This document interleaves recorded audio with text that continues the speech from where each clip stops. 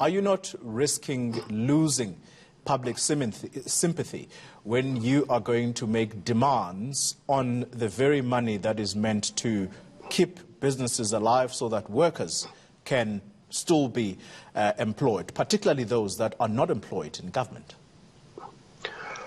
Maybe let's clarify, we're not making any demands. We last made demands in 2017. We negotiated in 2017, we signed an agreement. It started to be implemented in 2018, 2019, 2020. Now is the last leg of the agreement that is supposed to be implemented in 2020, 2021. What we are saying is that the government reneged, maybe let's not confuse issue, reneged from this agreement long before the declaration of state of the disaster, long before the first case was reported of the COVID-19. In fact, long before we knew that we were going to go to lockdown. So we're just saying that it's an excuse that they want to use now about the advent of the COVID-19.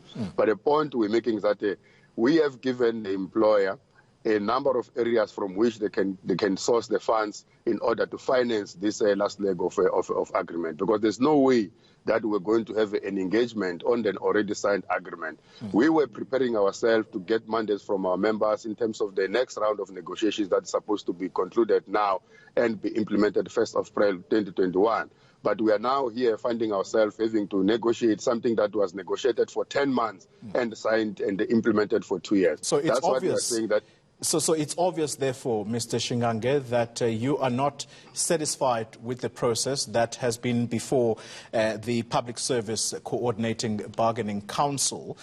What's your next move, therefore? Look, there was no negotiations that were supposed to take place or reopening of the negotiations of already negotiated agreement. So when we were waiting to be the state to implement the resolution on the 1st of April, and when that did not happen, we then declared a dispute, because that is contained in terms of the very same resolution that we have signed in terms of dispute resolution mechanism.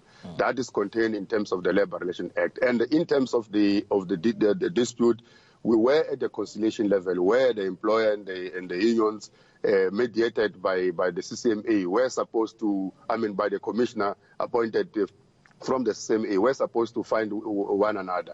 It became clear that that which the employer was presenting to the unions, that suggests that there's not going to be any increase. There's just going to be a gratuity of 50% for only 12 months. Yeah. And by the end of next year, workers are going to be still where they are. There's no need for us to continue with it. Then we're proceeding to the dispute mechanism, to the arbitration. Yeah. Because after conciliation, the next step is arbitration.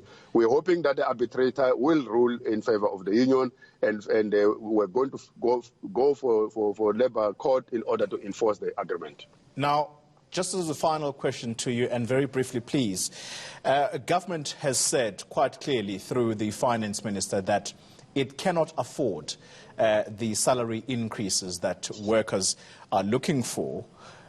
Is it reasonable for you, therefore, to threaten a shutdown in the middle of a national pandemic?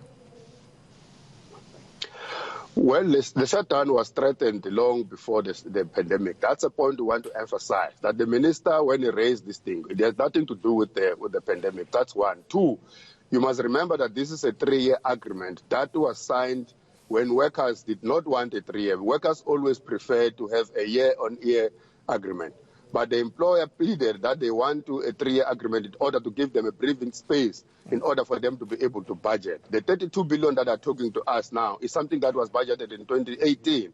So we don't see this thing of them not being able to afford, when the reason that they gave us a multi-term agreement in the first place was in order for them to have enough money.